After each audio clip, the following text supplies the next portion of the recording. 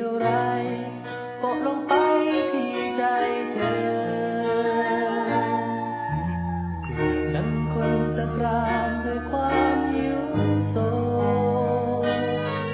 เธออาหารจานโตเลยกินเสียใหญ่ไม่รู้สักนิดมีพิษภัยแอบแฝงปนมาข้างในกว่าจะรู้มันก็สายเกินเยียวยา